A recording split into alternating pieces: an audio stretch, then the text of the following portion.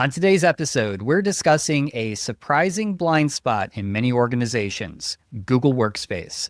So while we built purpose-built solutions for endpoints, identities, and cloud workloads, Workspace often gets left to legacy or poorly built tools. And joining me today is Rajan Kapoor, Field CISO at Material Security. Material is a company that's rethinking how we protect documents, email, accounts, and data in Google Workspace. So if your organization lives in Workspace, you'll want to hear about how Material is changing the game and why your existing tools might be leaving critical gaps. Welcome to the show, Rajan. Hey, Tom. It's very nice to meet you. Thanks for having me on today. Yeah, glad to have you. So maybe for those that don't know who you are, could you give us a little bit about your background and maybe your role at Material Security? Yeah, for sure. Very happy to. So yeah, I'm Rajan. I am currently the field CISO at Material, but I'm also a very early employee. I was employee number 10 here. Nice. And I wear a bunch of different hats, as you can imagine. But the reason I'm in the role that I'm in is my experience has been in IT and security for the most part for the past 20 plus years. Longer than I like to admit. I've been working in IT and security. Right before Material, I was on the security team at Dropbox, where I met the co-founders.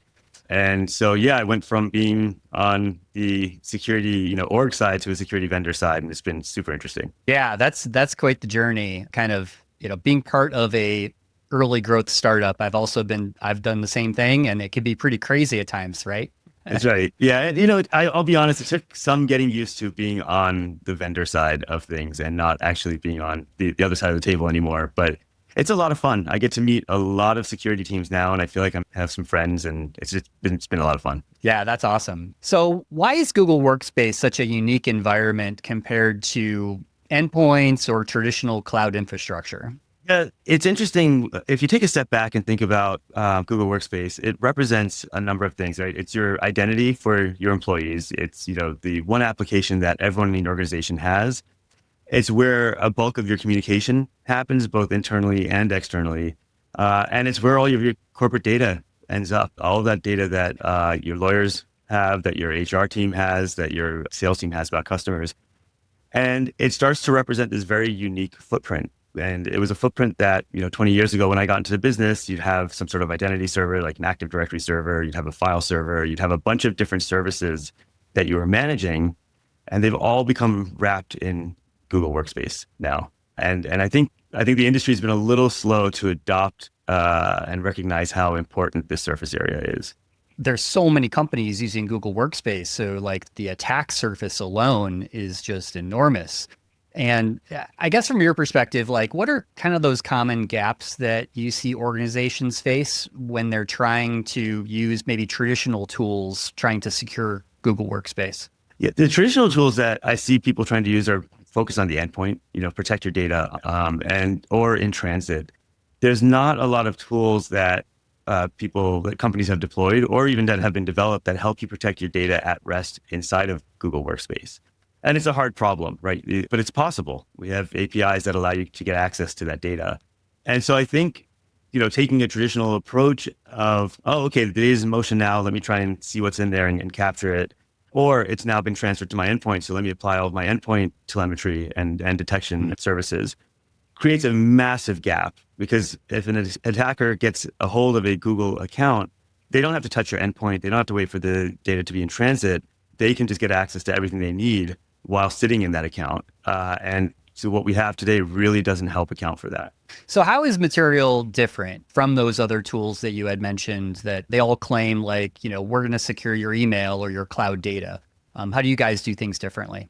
Yeah, the first thing we realized was you can't do this piecemeal. And what I mean by that is there's a bunch of disparate services out there that will help you protect parts of Google Workspace, and they try and protect. Let's use SSPMs for as an example. Posture services.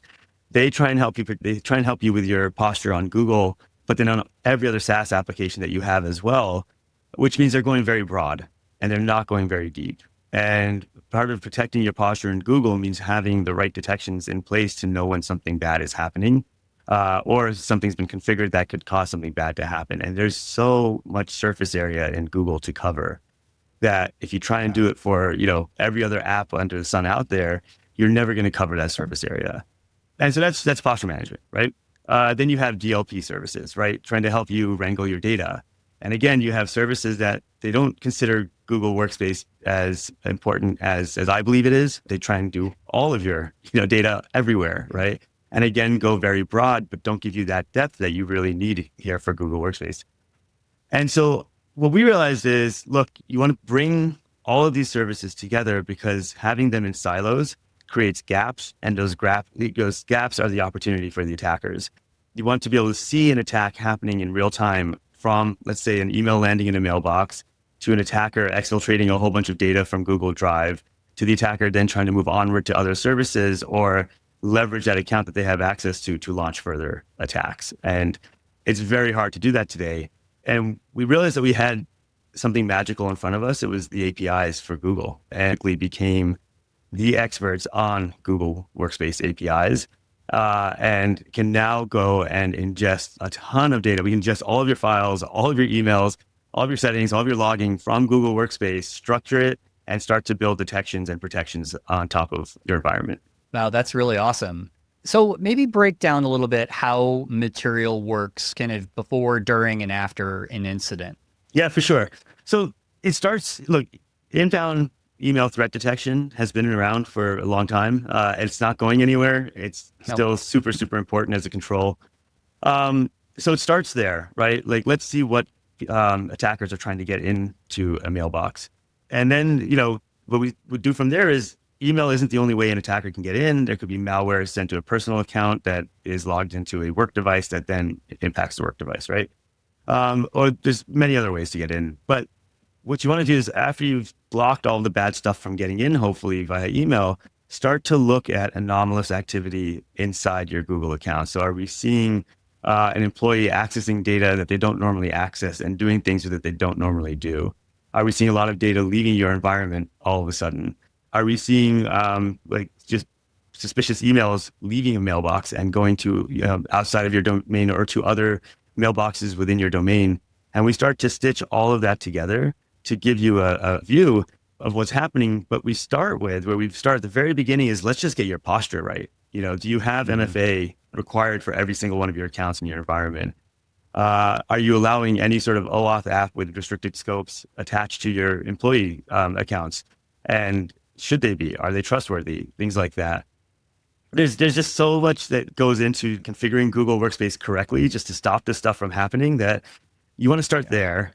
And then you want to go and start looking for these attack chains. And if you can do both of those things with a very small security team, then you're kind of ahead of the game. And so one question for you is, like, from a threat perspective, like, what are you seeing that maybe is kind of surprising or appreciated risks that, Material is addressing in a Google Workspace environment?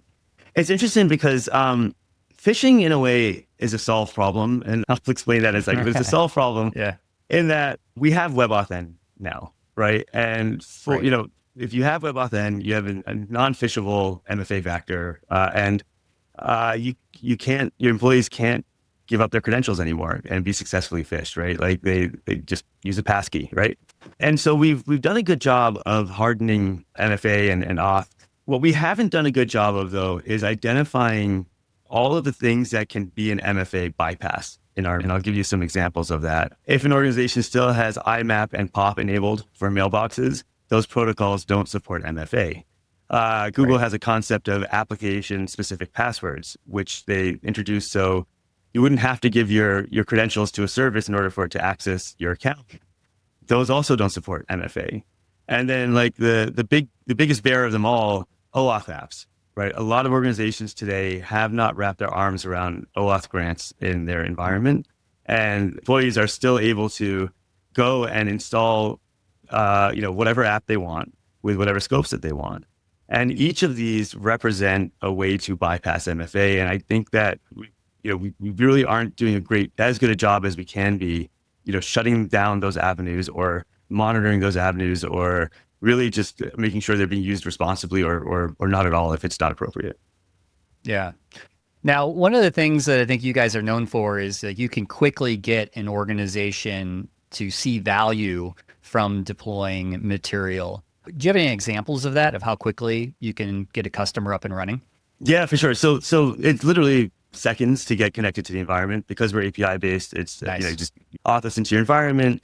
We run on Google Cloud, so our customers' data isn't going anywhere else. It's staying within Google's in infrastructure. And then once we're in there, it's at the customer's pace that we move.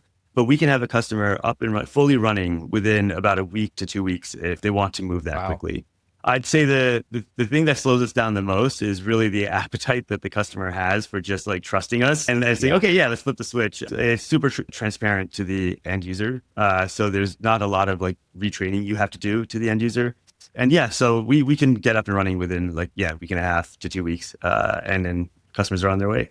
That's awesome. That's great because I've seen, deployments of a lot of tools that take, months and months and a lot of just, nightmarish situations that you have to go through. So that's really good that you can deploy very quickly.